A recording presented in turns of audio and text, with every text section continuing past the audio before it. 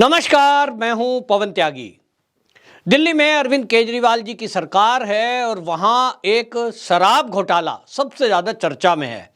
इस शराब घोटाले में दिल्ली के डिप्टी सीएम मनीष सिसोदिया जी आरोपी नंबर 1 बनाए गए हैं और इस मामले की प्रारंभिक जो पूछताछ और जो जांच है वो सीबीआई ने की थी। बाद में इस मामले में जब करोड़ों का घपला घोटाला देखा गया और कई व्यवसायी इसमें पाए गए तो ये केस ईडी को ट्रांसफर हो गया और अब ईडी की तरफ से इस मामले में कई लोगों को गिरफ्तार किया है, जिसमें कुछ कंपनी के ओनर हैं, कुछ इसमें आम आदमी पार्टी के जुड़े हुए कार्यकर्ता हैं और कुल मिलाकर के अभी तक इस मामले में 12 आरोपी बनाए गए हैं, जिसमें 7 कंपनियां भी हैं।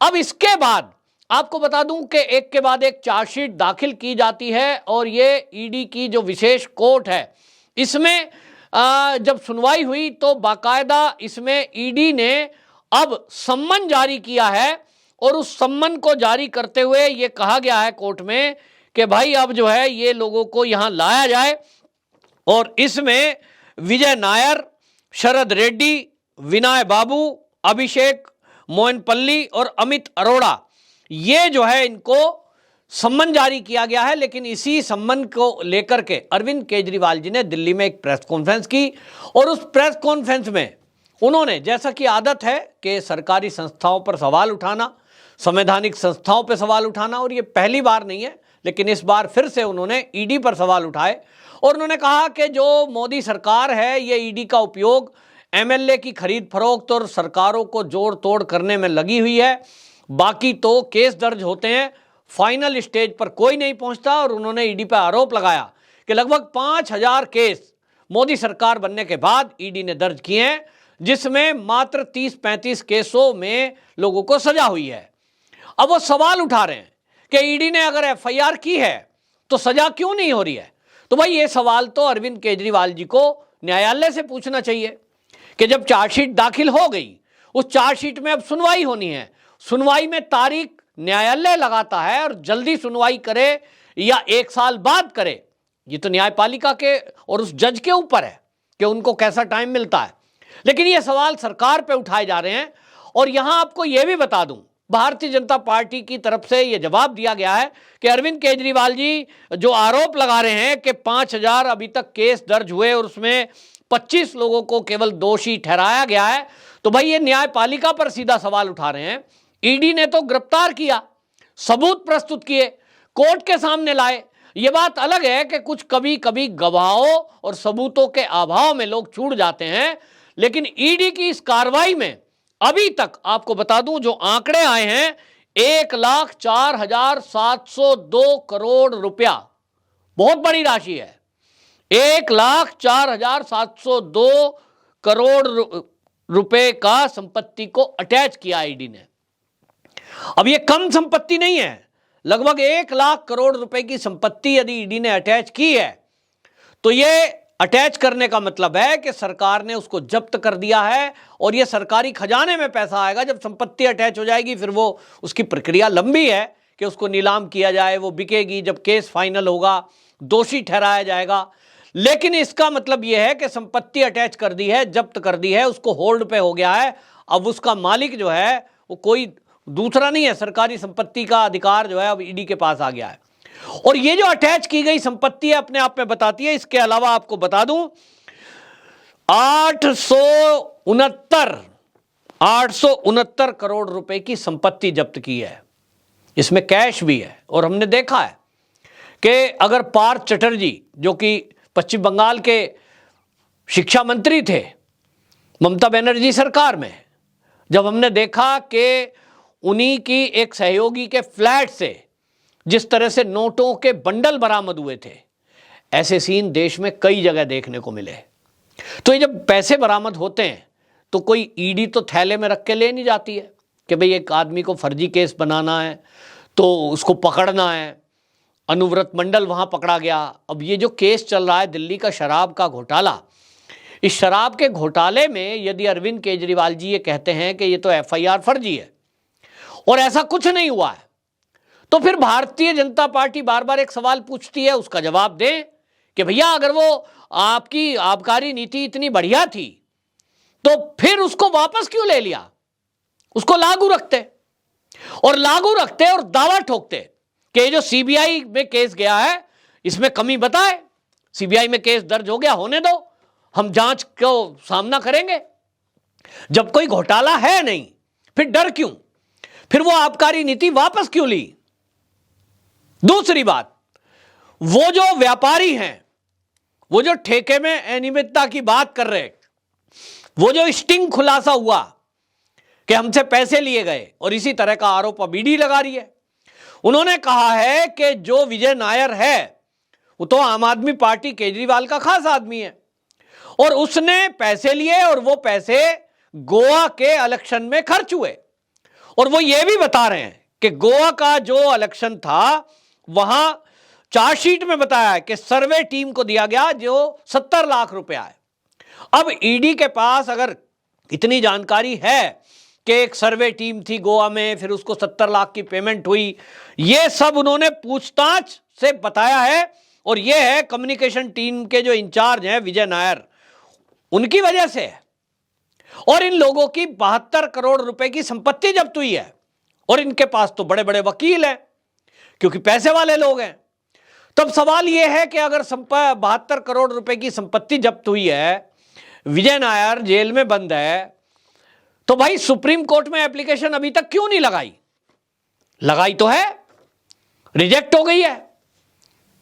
तो वहां कहें कि भाई ईडी तो फर्जी केस दर्ज कर रही है, ये तो हमको तोड़ना चाहती है सरकार को, तो आप देखेंगे कि इनके पास कोई रीजन नहीं है। लेकिन सरकारी संस्थाएं हैं, उनको आप सवाल उठा दो, उनको कटघरे में ले लो ताकि आपको क्लीन चिट मिल जाए।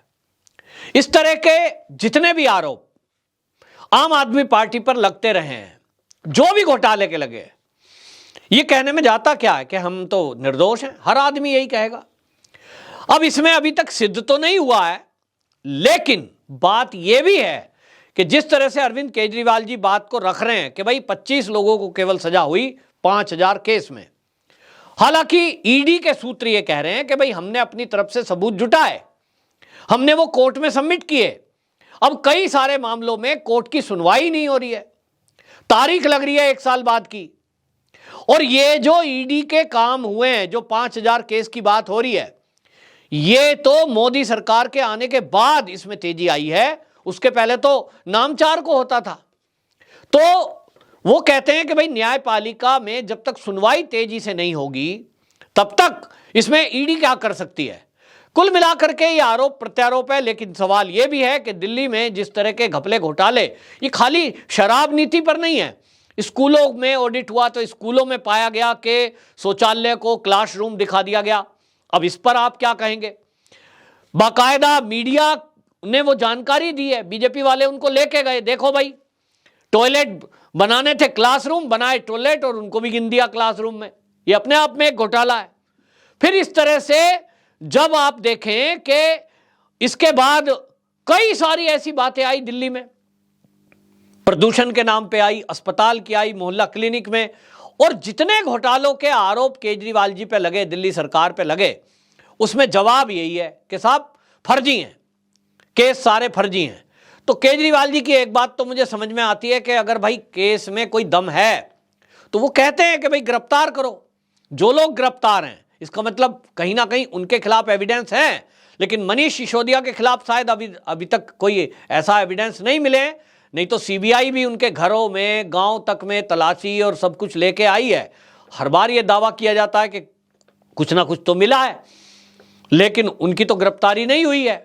और इसी के लिए वो कह रहे हैं कि भाई जब हमारे नेताओं के पास कुछ सबूत मिला नहीं उनके खिलाफ, तो आप आरोप लगा रहे हो, खाली आरोप है। तो इस बात को देखते हुए ये तो लग रहा है कि जिस तरह से एजेंसियां काम कर रही हैं, कहीं ना कहीं एजेंसियों पर यह सवाल उठ रहा है, जिस तरह से एजेंसी काम कर रही हैं, कि भाई एजेंसियों के काम करने के तरीके को बदलना होगा और न्यायपालिका में भी जिस तरह से केसों को रखा जाता है वो तरीका भी बदलना होगा। नहीं तो सालों साल केस चलते रहते हैं और लोग तो जमानत पे छूट जाते हैं, और जब जमानत पे छूट जाएंगे तो आम आदमी में क्या मैसेज जाएगा? उनको लगेगा ये कल पकड़ के ले गए थे, अभी 1 हफ्ते बाद वापसी आ गया है और वो आके चौड़ा होके कहता है साहब मेरी तो कोई कमी थी ही नहीं, मैंने तो कुछ किया ही नहीं, देखिए मैं जमानत पे बाहर आ गया हूं और अब मैं जल्दी बाहर लोगों को दिखता है घूमता हुआ, तो लोग कहते हैं साहब ये तो जेल गया ही नहीं, और इसका मतलब ये आरोपी ही नहीं है। और अगर मान लिया 10 साल सुनवाई के बाद कभी जेल गया भी, वो 10 साल में कितना अपराध करेगा, कितने घोटाले करेगा, इसका किसको खामियाजा भुगतना पड़ेगा? अल्टीमेटली तो आम नागरिकों की ही जेब से पैसा जाता है। तो जिस तरह से यहां दिल्ली के अंदर आरोप प्रत्यारोप का गेम चल रहा है, इसी तरह के आरोप आपने देखा कि निगम पार्षदों की जब बात आई कि भाई निगम पार्षदों में अब इलेक्शन किया जाना है और मेयर का चुनाव होना है, तब भी ये आरोप लगे कि हमारे निगम पार्षदों को बीजेपी खरीद रही है।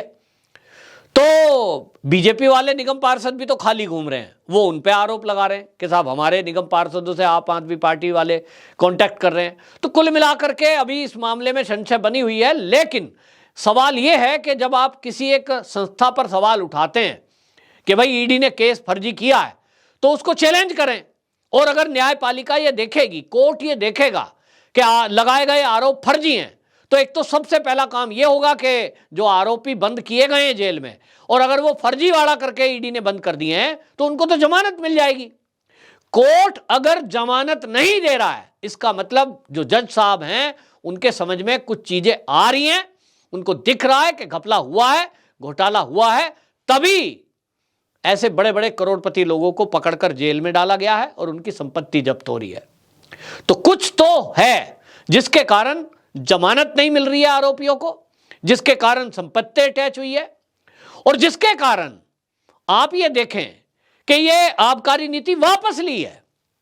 लेकिन केजरीवाल जी ईडी पर सवाल उठाकर अपने नेता और अपने निकट के लोगों को क्लीन चिट देना चाहते हैं, और वो एक मैसेज देना चाहते हैं कि भाई मोदी सरकार ईडी का दुरुपयोग कर रही है, हम तो दूध के धुले हुए हैं।